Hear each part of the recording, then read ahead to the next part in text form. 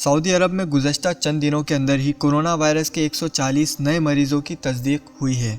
Saudi तर्जुमान वज़ारत सेहत ने कहा है कि मुल्क में कोरोना के मरीज़ों की मजमूई तादाद 2179 हो गई है, जबकि 69 नए मरीज़ शिफायाब भी हुए हैं, जिनके बाद शिफायाबी हासिल करने वाले मरीज़ों की तादाद 420 जबकि हलाक होने वालों की तादाद 29 हो गई है। सऊदी वज़ारत सेहत ने हरम मक्की में होने वाले तामीराती मंसूबे रोकने की भी हिदायत जारी की है। वज़ारत ने कहा है कि कोरोना वायरस के बाइस उन तमाम मंसूबों को वक्ती तौर पर रोक दिया जाए जिनमें फ़िल वक्त काम जारी रखना ज़रूरी नहीं, जबकि काम रोकने से इस्तिस्ना सिर्फ उन मंसूबों को होना चाहिए जिनमें काम जारी रखना ज़रूरी हो या वो मंसूबे जिनका ताल्लुक़ मेंटेनेंस और एमरजेंसी से हो। और इसके अलावा हरम मक्की में भी कर्फ्यू नाफिज की जा चुकी है, जिसके बाद हरम मक्की पर भी जमात और इज्तिमात पर पाबंदी आयद है। मगर इन तमाम तर सूरत हाल के बावजूद अल्लाह ताला के चंद खुशकिस्मत बंदे ऐसे भी हैं जिनकी हरम मक्की पर नमाज अदा करने पर कोई पाबंदी नहीं। जी हाँ दोस्तों, आखिर मक्का मुकर्रमा में 24 घंटे कर्फ्यू नाफिज करने के बाद किन लोगों को हरम मक्की शरीफ में नमाज अदा करने की इजाज़त है?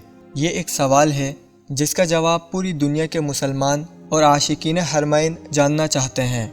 सऊदी सरकारी न्यूज़ एजेंसी के मुताबिक शहर भर में कर्फ्यू के दौरान हरम मक्की शरीफ में नमाज़ों की अदायगी की इजाज़त सिर्फ हरमैन इंतज़ामिया के अमले को है। इस वक्त हरम में सिर्फ काम करने वाला अमला नमाज़ें अदा कर रहा है, उनके अलावा कोई दूसरा शख्स हरम में मौजूद नहीं है।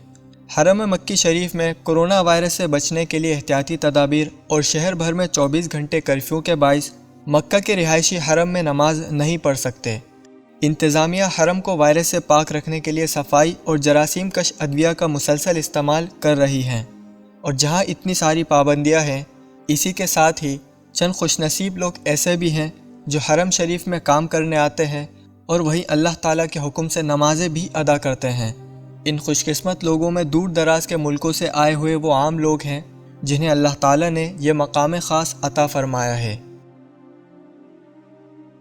दोस्तों, मज़ीद अपडेट के लिए UCS TV को सब्सक्राइब करें और बेल आइकन दबाइए और इस वीडियो को लाइक करते हुए अपने जान पहचान के लोगों के साथ भी शेयर कीजिए।